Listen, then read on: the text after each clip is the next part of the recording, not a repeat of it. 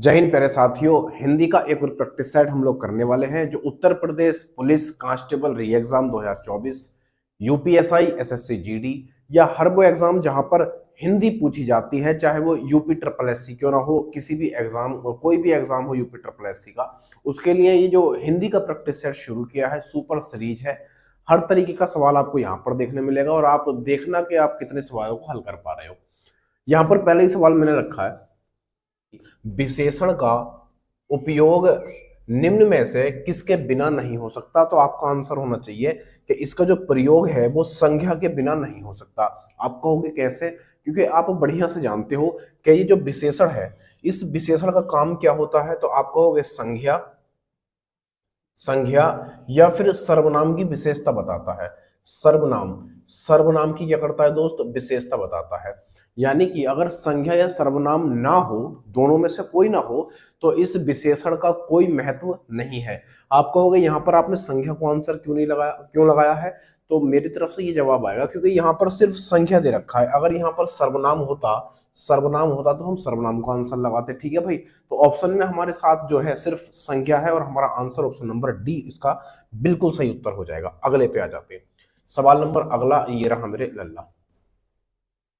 इसके अंदर कहा जा रहा है हमसे, इसमें कह रहा है कि इसको मिटाओ फिर बताओ। बोले ठीक है, इसको मिटा लेते हैं पहले फिर बताते हैं।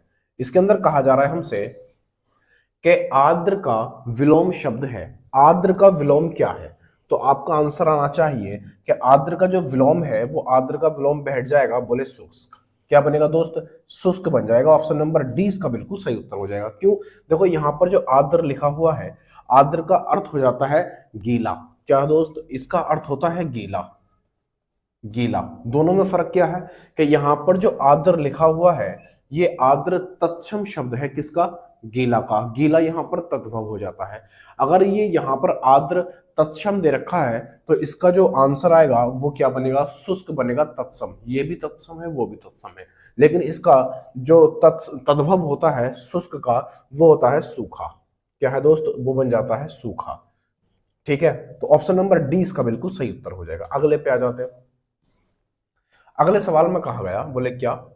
बोले ये कहा गया इसको मिटाओ फिर बताओ। बोले ठीक है। यहां पर हमसे कहा गया है दोस्त कि निम्न में से कौन सा शब्द स्त्रीलिंग है।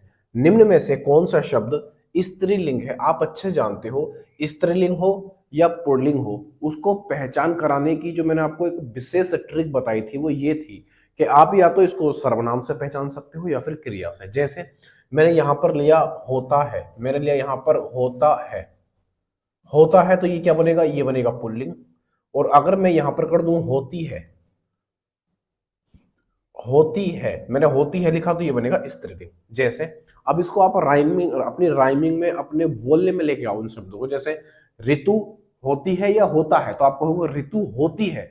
अगर होती है मेरे दोस्त तो ये हमारा आंसर बन जाएगा क्योंकि स्त्रीलिंग तो पूछा है उसने, तो ये हमारा क्या बनेगा? आंसर बनेगा। और बाकी चेक कर लेते हैं। बोले ठीक है कर लो। ये होती है तो स्त्रीलिंग बन जाएगा।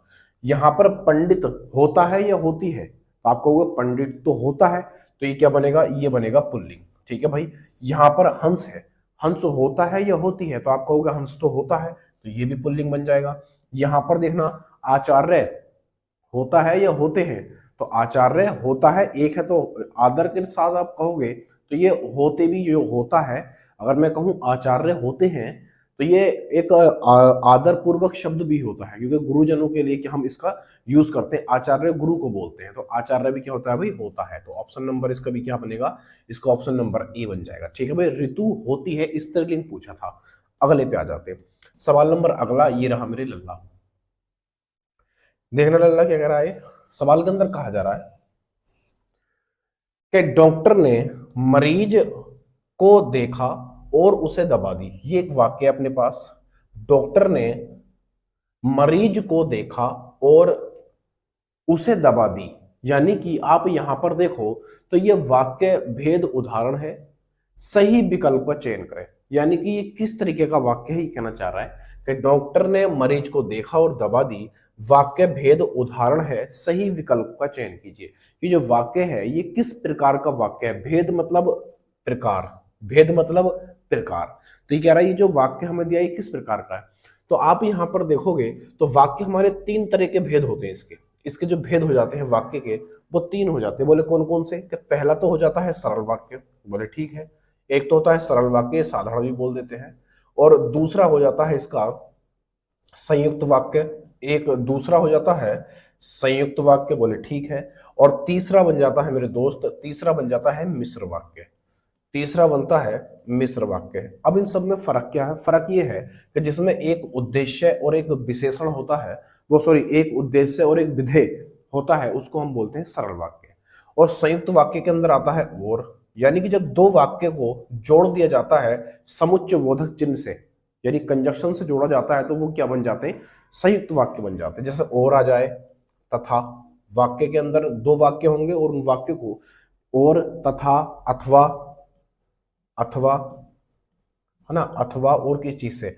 अथवा, किंतु, परंतु, जैसे किंतु, जैसे किंतु, परंतु, किंतु, परंतु, ये इस तरह के शब्द दो वाक्य को अगर जोड़ रहे हैं तो आप समझ जाना वो क्या बन जाएगा? वो संयुक्त वाक्य बन जाएगा। मिश्र वाक्य में क्या होता है? मिश्र वाक्य में एक तो आपको की मिलेगा, छोटी की, इस तरीके का। और सबसे बड़ी इसकी पहचान ये होती है कि एक वाक्य दूसरे वाक्य पर डिपेंड होता है। ये किसकी पहचान बताई मैंने? ये मिश्र की बताई। और अगर ये नहीं होता है तो हमें बीच में दो वाक्यों के बीच में हमें की मिल जाता है, छोटा वाला, तो ये भी क्या बन जाता है? मिश्र वाक्य बन जाता है। आपने यहां पर पढ़ा होगा और ध्यान दिया होगा कि मरीज ने डॉक्टर ने मरीज को देखा और उसे दबा दी, तो ये एक अलग वाक्य है और ये वाला एक अलग वाक्य है। और यहां पर ये जो है ये हमारा एक समुच्चय बोधक चिन्ह है और इस समुच्चय बोधक चिन्ह की वजह से इन दोनों वाक्यों को जोड़ा गया है। तो मैंने कहा था कि और, तथा, किंतु, परंतु, अथवा, अर्थात, इसलिए ये सब सब मिल जाएं तो वहां पर क्या होता है? संयुक्त वाक्य बन जाता है। तो ये वाक्य कैसा है दोस्त? संयुक्त वाक्य बन गया है। कहीं पर है क्या? ऑप्शन नंबर ए में ही दे रखा है, ये हमारा ऑप्शन ए इसका बिल्कुल सही उत्तर हो जाएगा। ठीक है भाई, बढ़िया से बात समझ में आई होगी। अगले पे आ जाते हैं। सवाल नंबर अगला ये रहा मेरे लल्ला। इसमें कहा गया, इसको मिटाओ फिर बताओ, बोले ठीक है। इसमें कह रहा है हमसे कि यशोधरा का संधि विच्छेद कीजिए। यशोधरा का संधि विच्छेद हमें करना है। तो यशोधरा का जब आप संधि विच्छेद करोगे, यानी कि जब इसको आप तोड़ोगे यशोधरा को, तो ये इस यशोधा के अंदर आप क्या करोगे? विसर्ग लगा दोगे। कैसे भाई? जैसे यशोधरा है ना, तो आप लिखोगे पहले यश, यश, और यहां पर ये विसर्ग लगेंगे, प्लस धरा, प्लस धरा, इस तरीके का यह बनेगा। और इसके अंदर अगर मैं आपसे पूछूं कि इसके अंदर कौन सी संधि होगी, तो आप कहोगे इसके अंदर हो जाएगी विसर्ग संधि। कौन सी? इसके अंदर हो जाएगी दोस्त विसर्ग संधि। ठीक है भाई, संधि अपनी 3 होती है, आप अच्छे से जानते हो, स्वर संधि और व्यंजन संधि और एक विसर्ग संधि। तो ऑप्शन नंबर क्या बनेगा? तो आप कहोगे सिर्फ एक में विसर्ग नजर आ रहा है, किसी में है ही नहीं, तो ऑप्शन नंबर इसका बी बिल्कुल सही उत्तर हो जाएगा। ठीक है भाई, ऑप्शन नंबर बी इसका बिल्कुल सही उत्तर है। काम खत्म, पैसा हजम, लेना देना कुछ नहीं। अगले पे आ जाते हैं। इसके अंदर कहा जा रहा है हमसे, इसको मिटाओ फिर बताओ, बोले ठीक है। इसमें कह रहा है कि दक्षिण पश्चिम के बीच की दिशा को क्या कहते हैं? दक्षिण पश्चिम के बीच की दिशा को क्या कहते हैं? एक हमारा दक्षिण है और दूसरा पश्चिम है। इन दोनों के बीच की जो दिशा होती है, यानी अगर आप इस तरीके से लिखोगे तो ये उत्तर, दक्षिण, और ये बनेगा पूर्व, और ये बनेगा पश्चिम। ठीक है भाई, तो ये कह रहा है कि दक्षिण और पश्चिम, यानी कि ये वाली जो दिशा है, इस दिशा को हम क्या कहते हैं? तो इसमें आप यहां पर देखोगे तो कोई सा भी नजर नहीं आ रहा ना, नहीं आ रहा ना, तो इसका आंसर क्या बनेगा? ऑप्शन नंबर डी बन जाएगा। ऑप्शन नंबर डी बनेगा। डी क्यों बनेगा? ऑप्शन नंबर डी इनमें से कोई नहीं। ईशान जो बोलते हैं उत्तर और पूर्व की दिशा को बोलते हैं ईशान। अग्नि जो बोलते हैं वो बोलते हैं किसको? अग्नि बोलते हैं उत्तर पश्चिम को बोल देते हैं, और अव्य बोलते हैं पूर्व दक्षिण को। और इस वाली को बोलते हैं, इसको बोलते हैं बोलने में तो नहीं, लेकिन ये बोलता है नेत्रश्य। ये नेत्रश्य क्या बोलते हैं? इस वाली दिशा को बोल देते हैं। ठीक है भाई, ये पूरब में नहीं है, कभी सोचा मैंने पूरब में लिखा है, नहीं, इधर नहीं है, बल्कि क्या है? इस वाली की दिशा है, इस वाली की दिशा को हम क्या बोलते हैं? नैसृत्य बोलते हैं, नैसृत्य। ठीक है भाई, नैसृत्य, ये तय है हमारा नैसृत्य। तो दक्षिण और पश्चिम की दिशा को नैसृत्य बोल देते हैं। ठीक है भाई, अगले पे आ जाते हैं। सवाल नंबर अगला ये रहा मेरे लल्ला। इसमें क्या कह रहे हैं भाई? इसके अंदर कहा जा रहा है,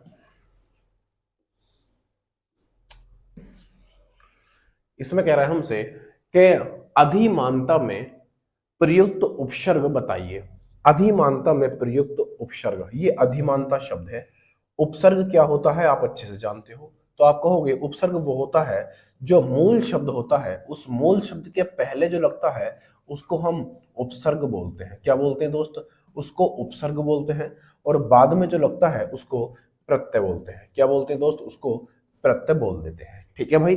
अब कभी कभी सवाल ये भी बन जाता है कि उपसर्ग क्या होते हैं, तो वो शब्दांश होते हैं, यानी शब्द के अंश होते हैं। तो जैसे यहां पर लिखा हुआ है, जैसे यहां पर लिखा हुआ है अधिमानता, अधिमानता, ये अधिमानता लिखा हो, जब आप इसको तोड़ोगे, इसका मूल शब्द निकालोगे, तो ये इस तरीके से टूटेगा। इसकी संधि जब आप करोगे, सॉरी विच्छेद जब इसका करोगे, तो ये बनेगा अधि, अधि प्लस मानता, अधि प्लस मानता यहां पर बन जाएगा। तो मानता जो है यहां पर ये क्या बनेगा? ये मूल शब्द बन जाएगा। जो मानता है ये मूल शब्द बनेगा, और अधि जो होगा वो हमारा उपसर्ग बन जाएगा। अधि क्या बनेगा? उपसर्ग बन जाएगा। तो ऑप्शन नंबर क्या बनेगा? तो आपका आंसर आना चाहिए दोस्त, ऑप्शन नंबर सी इसका बिल्कुल सही उत्तर हो जाएगा। ठीक है भाई, ऑप्शन नंबर सी इसमें बिल्कुल सही उत्तर है। अगले पे आ जाते हैं। सवाल नंबर अगले में क्या कह रहा है? इसके अंदर कहा जा रहा है हमसे, इसमें कह रहा है कि द्वंद्व समास के भेद हैं। द्वंद्व समास के कितने भेद होते हैं? तो इसके तीन भेद हो जाते हैं। द्वंद्व समास के तीन भेद हो जाते हैं। ऑप्शन नंबर डी इसका बिल्कुल सही है। कौन कौन से होते हैं? तो इसके तीन भेद कौन से? पहला भेद हो जाता है इसका, पहला भेद होता है इतरेतर, इतरेतर। एक हो जाता है इतरेतर, इतरेतर समास, इतरेतर द्वंद्व समास इसको बोल सकते हो। अगर आप इसको ऐसे भी बोलोगे इतरेतर, इतरेतर द्वंद्व समास, द्वंद्व समास। ठीक है भाई, इतरेतर द्वंद्व समास पहला हो जाता है। दूसरा होता है समाहार, दूसरा हो जाता है समाहार, समाहार द्वंद्व, द्वंद्व समास। ठीक है भाई। और तीसरा हो जाता है वैकल्पिक, तीसरा हो जाता है वैकल्पिक, वैकल्पिक द्वंद्व समास, द्वंद्व समास। अगर ये आपको नहीं पता था तो आप कहीं पर इसको नोट कर लो। जब कभी आपने देखा होगा, जब हमारा एग्जाम जो पैटर्न होता है वो एग्जाम कभी कभी हार्ड बन जाता है, तो वो हार्ड जब बनता है और उसको समास पूछना होता है तो वो गहराई में थोड़ा सा चला जाता है। ये एक स्टेप नीचे चला गया, समझ रहे बात को? तो यहाँ पर तीन इसके हो जाते हैं, इतरेतर समास, समाहार और वैकल्पिक। ये बन जाता है ऑप्शन नंबर डी इसका बिल्कुल सही है।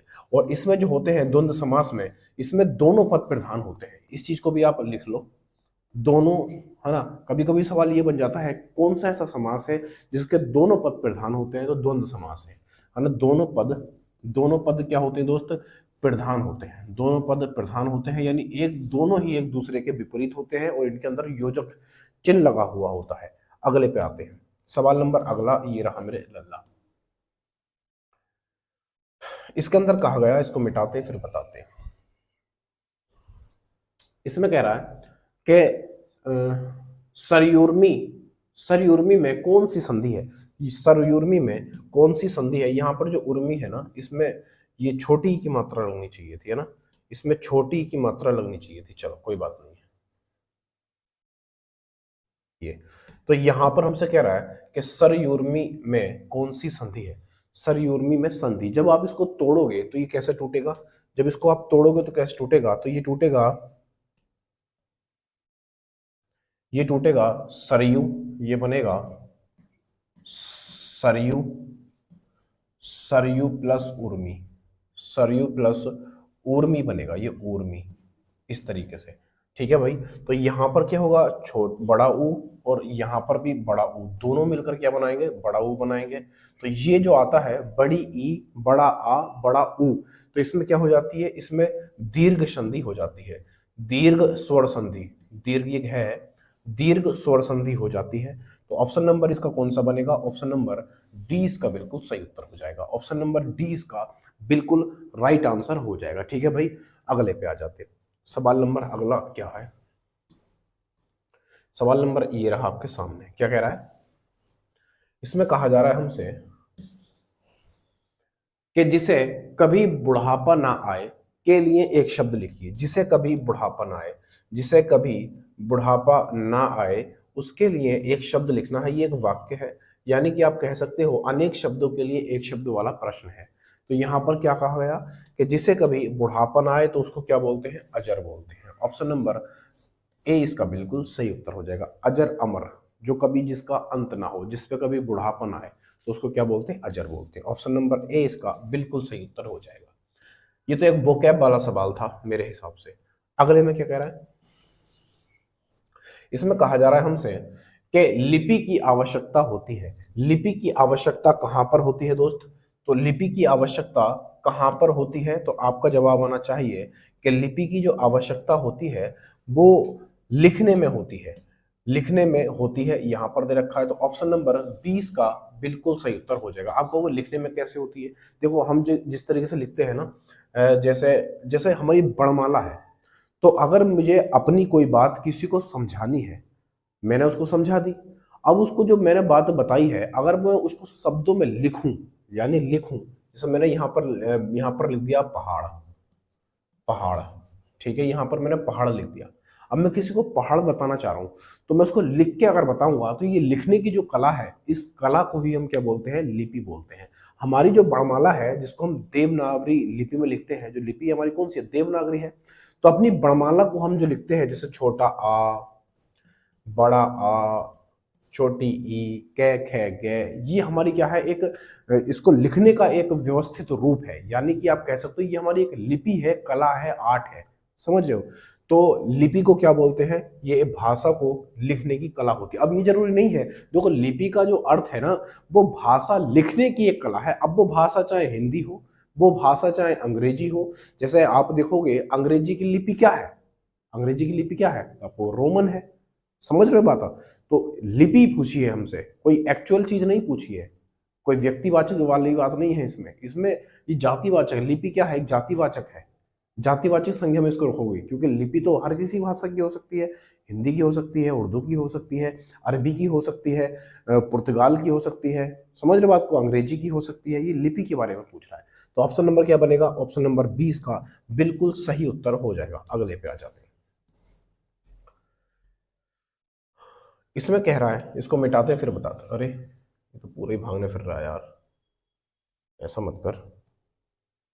इसके अंदर कह रहा है हमसे, बोले क्या कह रहा है, इसमें कह रहा है कि जिसमें बड़े जंगली जानवर रहते हैं, जिस ऐसी कौन सी चीज है जहां पर बड़े जंगली जानवर रहते हैं, बड़े जंगली जानवर रहते हैं। तो आपका आंसर आना चाहिए, उसको बोलते हैं कंदरा। उसको क्या बोलते हैं भाई, उसको बोलते हैं कंदरा, है ना। कहते नहीं कि बहुत सारे महात्मा होते हैं जो कंदरा, हिमालय में कंदराओं की गुफाओं में रहने लगते हैं। कंदराओं की गुफाओं का मतलब है कि बड़े बड़े पहाड़ों में बड़ी बड़ी गुफाएं होती हैं। उन गुफाओं के अंदर बड़े बड़े जानवर रहते हैं, जैसे जैसे आप शेर को रख लो, या ऐसी भी बहुत सारी गुफाएं होती है जहां पर भालू रहते हैं, बड़े बड़े भालू होते हैं। समझ रहे हो, इस तरीके के। तो ऑप्शन नंबर 80 इसका बिल्कुल सही उत्तर हो जाएगा। अगले पे आ जाते हैं। सवाल नंबर अगला ये रहा मेरे लल्ला। इसमें कह रहे हैं, इसमें कह रहे हैं हमसे कि जिस वाक्य में कर्म कारक नहीं है, किस वाक्य में कर्म कारक नहीं है। देखो कर्म कारक की जो पहचान मैं आपको बताऊं, है ना, कर्ता ने कर्म को करण से, आप ये देखो कि जो हमारे कारक होते हैं वो 8 हो जाते हैं। अब 8 कारक कौन कौन से हैं आप अच्छे जानते हो, मैंने कई बार बताया, यहां पर बता देता हूं एक बार और। इसमें कह रहा है कि कर्म कारक नहीं है, पूछा है, नहीं है। तो कर्म कारक की पहचान क्या होती है, कर्म के साथ क्या आता है, कर्ता ने कर्म को, यानी कर्म के साथ आप देखोगे, कर्म के साथ एक विभक्ति आती है जिसको हम बोलते हैं को, जिसको क्या बोलते हैं को। जैसे यहां पर राजा ने ब्राह्मण को बुलाया, राजा ने ब्राह्मण को बुलाया, तो यहां पर आपको क्या मिलेगी, को मिल जाएगा। जैसे माँ बच्चे को सुलाती है, माँ बच्चे को सुलाती है, यहां पर भी आपको मिल गया। और इसके बाद में कर्म भी है, आप यहां पर देखो तो बच्चा यहां पर क्या है, कर्म है, ब्राह्मण यहां पर क्या है, कर्म है।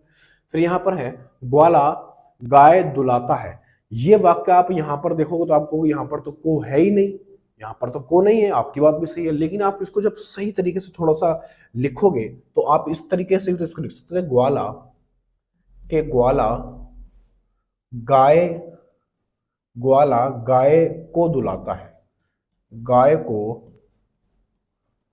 है ना, दुहाता है, ऐसे बोल दो दुहाता है, दुहाता है। आप यहाँ पर देखो कोई बदलाव है इसमें? नहीं है। इसमें क्या किया गया है, ऑप्शन जो हमारा ऑप्शन नंबर 3 है, इसमें को छुपा दिया गया है और इसका ये होना चाहिए था वैसे, ग्वाला गाय को दुहाता है, ग्वाला गाय को दुहाता है। तो यहाँ पर जो कर्म है अपने पास वो क्या है, गाय है। अब यहाँ पर आप देखो बालक रोते रोते सो गया, अब इसमें होगा क्या, इसमें नहीं होगा। यानी कि अब आप ये कहोगे कि अगर कहीं कहीं पर हमें समझ में ये ना आए कि जहां पर को हमें ना मिले और हमें फिर भी पहचानना है कि इसमें कर्म है या नहीं है, तो उसकी एक बढ़िया सी ट्रिक मैं आपको बताता हूं। ट्रिक क्या है, इसकी ट्रिक सुनो क्या है। इसकी ट्रिक ये है कि जहां पर आपको कर्म कारक पहचानना है तो आप प्रश्न कीजिए, आप प्रश्न करो और उस प्रश्न का आंसर आपको उस ऑप्शन में मिल जाए तो वहां पर कर्म कारक है, और नहीं मिले तो वहां पर कर्म कारक नहीं है। जैसे यहां पर देखो राजा ने ब्राह्मण को बुलाया, अब मैं कहूंगा किसको बुलाया, तो आंसर मिल रहा है ब्राह्मण को बुलाया, आंसर मिल गया। जैसे यहाँ पर देखो मैं सिखा रहा हूं, मैं यहाँ पर अगर टिक मार के फटक से आगे बढ़ जाऊंगा तब भी वही बात है ना, लेकिन यहाँ पर मैं कुछ सिखा रहा हूं ताकि आप अगली बार गलती से बच जाओ। यहाँ पर क्या है, माँ बच्चे को सुलाती है, तो मैं कहूंगा किसको सुलाती है, तो आप कहोगे बच्चे को सुलाती है, आंसर मिल गया, आंसर आपको मिल गया है ना। तो यहाँ पर भी कर्म है, यहाँ पर भी कर्म है। यहाँ पर आप देखोगे ग्वाला गाय दुलाता है या गाय को दुलाता है, बातें की है ना, तो ग्वाला गाय को दुहाता है, किसको दुहाता है, बोले गाय को, तो यहाँ पर भी हमें आंसर मिल गया। तो इसमें भी क्या बनेगा, कर्म बन जाएगा। यहाँ पर बालक रोते रोते सो गया, अब यहां पर आप प्रश्न करो, बालक रोते रोते सो गया, क्या सो गया, यहां पर तो है ही नहीं, रोते रोते सो गया, क्या सो गया। आप कहोगे यहां पर बालक होगा, बालक नहीं होगा। अरे बालक कैसे होगा भाई, बालक तो सब्जेक्ट है, करता है, यहाँ पर बालक तो कर रहा है, रोने काम कौन कर रहा है, रोने का बालक ही तो कर रहा है, तो ये तो करता है। क्या सो गया, नहीं पता, बिस्तर सो गया, बेड सो गया, क्या सो गया, नहीं मिलेगा आपको जवाब, पूरी रात हुई। तो ऑप्शन नंबर हमारा डी इसका बिल्कुल सही उत्तर हो जाएगा, ऑप्शन नंबर डी इसका बिल्कुल सही हो जाएगा। ये जो रोते रोते है ये हमारी एक अकर्मक क्रिया है, इसमें कर्म नहीं है बल्कि ये क्या है, अकर्मक, ये अकर्मक क्रिया है, ये एक अकर्मक क्रिया है, ठीक है भाई। और ये एक रीतिवाचक भी है, समझ रहे हो बात को। अगले पे आ जाते हैं, सवाल नंबर अगला, बढ़िया से आपको ये चीज समझ में आ गई होगी, मुझे आशा है ऐसी। इसमें कहा जा रहा है हमसे, इसमें कह रहे हैं कि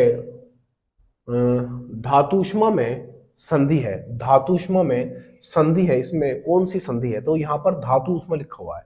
और ये धातु उष्मा जो होगी दोस्त, धातु उष्मा, इसमें बड़े ऊ की मात्रा आनी चाहिए थी, इसमें बड़े ऊ की मात्रा आनी चाहिए थी इस तरीके से, ठीक है भाई। तो इसको कर लेंगे धातु उष्मा।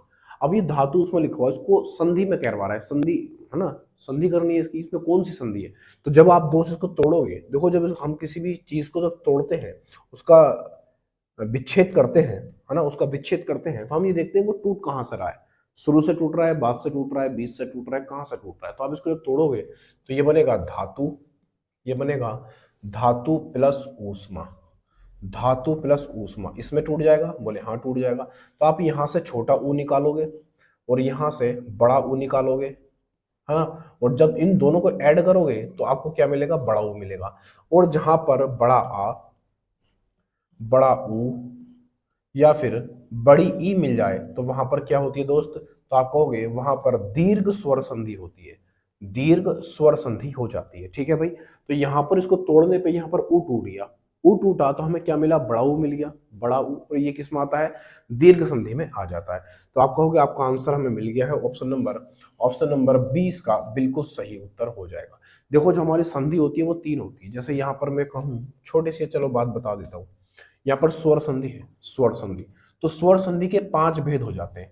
कौन कौन से, देखो 4 तो यहाँ पर लिखे हुए हैं, कौन कौन से हैं यहाँ पर लिखे हुए, एक तो हो जाता है दीर्घ संधि, एक तो हो जाता है दीर्घ संधि नंबर 1, और नंबर 2 पर हो जाता है वृद्धि संधि, है ना, दूसरा हो जाता है वृद्धि संधि, तीसरा हो जाता है यण संधि, यण संधि, चौथा हो जाता है अयाधि संधि, अयाधि अयाधि संधि, और पांचवा हो जाता है, पांचवा कौन सा रह गया भाई, गुण संधि, पांचवा रह गया गुण संधि, ठीक है भाई। ये इस स्वर संधि जो होती है इसके 5 भेद होते हैं, दीर्घ संधि, वृद्धि संधि, ऋण संधि, अयाधि संधि और गुण संधि। अगले पे आ जाते हैं। सवाल नंबर अगला ये रहा मेरे इल्ला।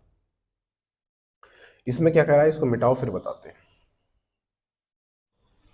इसमें कह रहा है हमसे वह जो कर ना सके सो थोड़ा वाक्य में सर्वनाम है। वह जो कर ना सके, वह जो कर ना सके, वह जो कर ना सके सो थोड़ा, है ना। तो यहां पर हमसे पूछ रहे किस तरीके का वाक्य है, ये किस तरीके का वाक्य है ये पूछना हमसे वो चाह रहा है। तो यहां पर हम पहले वह जो कर ना सके सो थोड़ा, यहां पर एक वाक्य है अपने पास, और इस वाक्य में एक वाक्य आप देखोगे तो दूसरा वाक्य डिपेंड हो रहा है कि वह जो कर ना सके सो थोड़ा। तो यहां पर आप देखोगे जो का संबंध किससे दिखाया जा रहा है, सो से दिखाया जा रहा है।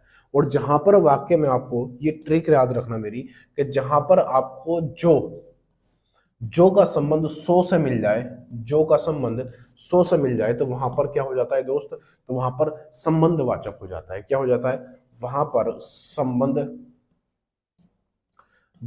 संबंधवाचक हो जाता है। ठीक है भाई, वहां पर संबंधवाचक हो जाता है। तो इसका आंसर क्या बनेगा, बोले ऑप्शन नंबर डी इसका बिल्कुल सही उत्तर हो जाएगा। ऑप्शन नंबर डी इसका बिल्कुल सही उत्तर हो जाएगा। अगले पे आ जाते हैं। तो कोई यहां पर आप सोच रहे हो कि निश्चयवाचक लगा दे, नहीं निश्चयवाचक नहीं होगा, निश्चयवाचक नहीं होगा। यहाँ पर जो का संबंध किससे दिखा रहा है, सो से दिखा रहा है। यानी इस ये वाले वाक्य जो है, जो पहला वाला वाक्य वो दूसरे वाले वाक्य पर कहीं ना कहीं डिपेंड हो रहा है, यानी जुड़ रहा है, संबंध को रख रहा है, इसलिए वहां पर क्या बनेगा, संबंधवाचक बन जाएगा। अगले में आ जाते हैं। इसमें कह रहा है, इसमें क्या कह रहा है, इसमें कहा जा रहा है कि समुच्चय बोधक को कहते हैं, समुच्चय बोधक को क्या कहते हैं, अविकारी कहते हैं, विकारी कहते हैं, ये दोनों कहते हैं। तो आपका आंसर आएगा समुच्चय बोधक को अविकारी कहते हैं। आप कहोगे आपको कैसे पता, बोले ऐसे पता कि आप अच्छे जानते हो जो अविकारी शब्द होते हैं वो कितने होते हैं, बोले 4 हो जाते हैं। कौन कौन से हो जाते हैं, जो अविकारी जो होते हैं वो अपरिवर्तनशील होते हैं, यानी इनके अंदर कभी कोई बदलाव नहीं हो सकता। लिंग, वचन, कारक और काल के आधार पर जो शब्द होते हैं उनको अविकारी कहा जाता है। और ये कितने होते हैं, 4 हो जाते हैं। कौन कौन से हो जाते हैं, तो ये हो जाते हैं, एक तो हो जाता है क्रिया विशेषण, क्रिया विशेषण पूरा होता है, क्रिया विशेषण, क्रिया विशेषण हो जाता है। ठीक है भाई, एक तो क्रिया विशेषण हो जाता है, दूसरा समुच्चय बोधक हो जाता है, समुच्चय बोधक, समुच्चय बोधक हो जाता है। ठीक है भाई, समुच्चय बोधक हो जाता है।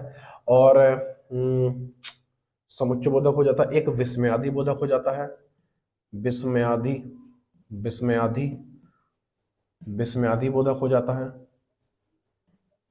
विस्मयादि बोधक हो जाता है। ठीक है भाई, और एक और हो जाता है संबंध बोधक, नहीं संबंध नहीं होता, क्रिया विशेषण, समुच्चय बोधक, विस्मयादि बोधक, और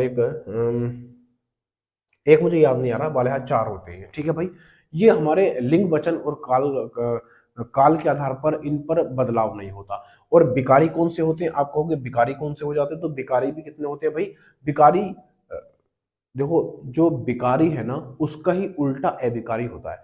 यानी कि जो अविकारी होते हैं ये कैसे होते हैं, ये अव्यय भी होते हैं, इनको हम अव्यय भी बोलते हैं। ठीक है भाई, अव्यय। और विकारी जो होते हैं वो व्यय होते हैं, यानी इनमें परिवर्तन हो सकता है। लिंग, वचन, कारक और काल के आधार पर हम इस वाक्य में, इस शब्द में परिवर्तन कर सकते हैं, उसको बोलते हैं विकारी। और ये कौन कौन से होते हैं, जैसे संज्ञा होती है, कोई संज्ञा, तो संज्ञा भी क्या है, विकारी है। सर्वनाम, जैसे सर्वनाम, सर्वनाम ये भी क्या है, ये भी एक विकारी है, यानी इसमें परिवर्तन हो सकता है। और आप कहोगे यहाँ पर क्रिया, क्रिया भी क्या है दोस्त, विकारी है। यहाँ पर विशेषण अलग होगा, विशेषण, विशेषण भी क्या है, विकारी है। आप कहोगे बात तो एक ही है, नहीं एक बात नहीं है, ये क्रिया अलग है, विशेषण अलग है। तो क्रिया अलग, विशेषण अलग, और यहाँ पर क्रिया विशेषण क्या है, एक ही है। इस यहाँ पर क्रिया विशेषण एक है। तो क्रिया विशेषण समुच्चय बोधक, विस्मयादि बोधक, और शायद संबंध बोधक भी होता है, संबंध बोधक, संबंध बोधक, संबंध बोधक। ठीक है भाई, ये क्या हो जाते हैं, ये अविकारी हो जाते हैं। अगले पे आ जाते हैं। सवाल नंबर अगला ये रहा मेरे अल्लाह, चीजें ना कभी कभी दिमाग से निकल जाती है। अगले में क्या कह रहा है, इसके अंदर कहा जा रहा है हमसे कि हिंदी में वचन होते हैं, हिंदी में कितने वचन होते हैं? तो आपका आंसर आना चाहिए हिंदी में 2 वचन हो जाते हैं। बोले कौन कौन से? तो आप कहोगे पहला हो जाता है एक वचन, पहला हो जाता है एक वचन, बोले ठीक है, और दूसरा हो जाता है बहुवचन, बहुवचन, ठीक है भाई। दूसरा कौन सा बन जाता है? बहुवचन बन जाता है। संस्कृत में 3 होते हैं, कौन कौन से? एक वचन, बहुवचन और द्विवचन। संस्कृत के अंदर 3 हो जाते हैं और यहां पर हिंदी में 2 हो जाते हैं। ऑप्शन नंबर सी इसका बिल्कुल सही उत्तर हो जाएगा। अगले में क्या कह रहा है? इसके अंदर कहा जा रहा है हमसे, इसके अंदर कहा जा रहा है, इसको मिटाओ फिर बताते हैं। वो कह रहा है कि उपसर्ग को कहते हैं, देखो ये शब्द मैंने अभी बताया था थोड़ी देर पहले, तो उपसर्ग को क्या कहते हैं दोस्त? तो आपका आंसर आना चाहिए, उसको शब्दांश बोलते हैं, शब्दांश, है ना। जैसे मैं यहां पर लिखूं प्रत्येक, प्रत्येक, प्रत्येक लिखा, जब आप इसको तोड़ोगे तो ये बनेगा प्रति, प्रति और प्लस एक, ये बनेगा प्रत्येक, बनेगा प्रत्येक। तो ये एक शब्द था अपने पास प्रत्येक, और इस प्रत्येक में यानी कि एक मूल शब्द अपने पास था, एक, एक क्या था? ये एक मूल शब्द था, और इस मूल शब्द में, इस मूल शब्द में उपसर्ग लगा हुआ था, उपसर्ग लगा हुआ था। तो अपने पास एक शब्द था जिसका नाम था एक, और इसमें क्या लगा हुआ था? उपसर्ग, प्रति लगा हुआ था। तो ये जो प्रति है, ये जो उपसर्ग है, ये इस शब्द का क्या है? एक अंश ही तो था, पूरा वाक्य थोड़ी है, एक अंश था। तो उसी को हम क्या बोलते हैं दोस्त? उसी को हम शब्दांश बोलते हैं, यानी शब्द का अंश। ऑप्शन नंबर डी इसका बिल्कुल सही उत्तर हो जाएगा। अगले में क्या कह रहा है? सवाल नंबर अगला ये रहा मेरे लल्ला। इसमें कह रहा है कि रिक्त स्थान की पूर्ति कीजिए। चलो ठीक है भाई, कर देते हैं। तो रिक्त स्थान की पूर्ति करनी है तो समझदार को इशारा काफी, समझदार को इशारा काफी, समझदार को इशारा काफी, ठीक है भाई। तो कहां पर है इशारा? है कहीं पर इशारा? बोले ऑप्शन नंबर बी में आंसर हो जाएगा, ठीक है भाई। तो ऑप्शन नंबर बी इसका बिल्कुल सही उत्तर हो जाएगा। अगले पे आ जाते हैं। इसमें क्या कह रहा है? इसमें कहा जा रहा है हमसे, इसमें कह रहा है कि भुजंग का पर्यायवाची नहीं है। भुजंग का पर्यायवाची कौन सा नहीं है, ये पूछ रहा है। तो आप अच्छे जानते हो भुजंग किसको बोलते हैं। भुजंग किसको बोलते हैं? तो आप कहोगे सांप को बोलते हैं। भुजंग किसको बोलते हैं? बोले सांप को बोलते हैं। सांप को क्या बोलते हैं? भुजंग बोलते हैं। और क्या बोलते हैं? तो आप कहोगे बियाल बोलते हैं। बोले ठीक है। और क्या बोलते हैं? और इसको पन्नग भी बोलते हैं, इसको पन्नग भी बोलते हैं। और कुछ बोलते हैं सर्प। यहां पर आप सांप देखोगे तो ये तत्सम है, और जबकि सर्प जो होता है ये सॉरी, सांप जो है वो एक तद्भव है और सर्प जो है एक तत्सम है। तो सर्प भी हो जाता है, सर्प, सर्प। उमंग भी हो जाता है, उमंग, उमंग भी हो जाता है, ठीक है भाई। तो ऑप्शन नंबर क्या बनेगा इसका? Option number, option number, option number नहीं वाला पूछा है ना, नहीं, तो गरुड़ हो जाएगा। ऑप्शन नंबर सी इसका बिल्कुल सही उत्तर हो जाएगा। तो गरुड़ क्या बनेगा? इसका आंसर बन जाएगा। अगले पे आ जाते हैं। देखना यहाँ पर क्या है। ये एक जो वीडियो शूट करते हैं, मतलब जो पीडीएफ बनाते हैं, उन पीडीएफ बनाने वालों ने कुछ डिजाइन दिया है बढ़िया सा। क्या कहा है इसमें कि कोई भी प्रश्न पूछने के लिए टेलीग्राम ज्वाइन करें, इरशाद मैथ के नाम से। वहां पर टेलीग्राम में आप सर्च करोगे, डिस्क्रिप्शन में लिंक मिल जाएगा। अगला क्या है यहाँ पर देखना, थैंक यू फॉर वॉचिंग। अच्छा, बढ़िया पीडीएफ बनाई है। देखो यहाँ पर क्या है, यहाँ पर है कि उत्तर प्रदेश पुलिस एग्जाम या कोई अदर एग्जाम है तो उसके लिए भी आप शाम को 6 बजे वीडियो अपलोड हो जाती है, और जहां पर हिंदी पूछी जाती है वहां पर आप बढ़िया से इसका प्रैक्टिस सेट निकालो, आप बढ़िया से नंबर लेके जाओगे, कुछ ना कुछ सीख के जाओगे, यहाँ से टाइम वेस्ट नहीं होगा, ठीक है भाई। तो आज के लिए इतना ही रखते हैं, बाकी बातें कल करेंगे। तब तक के लिए जय हिंद, जय भारत।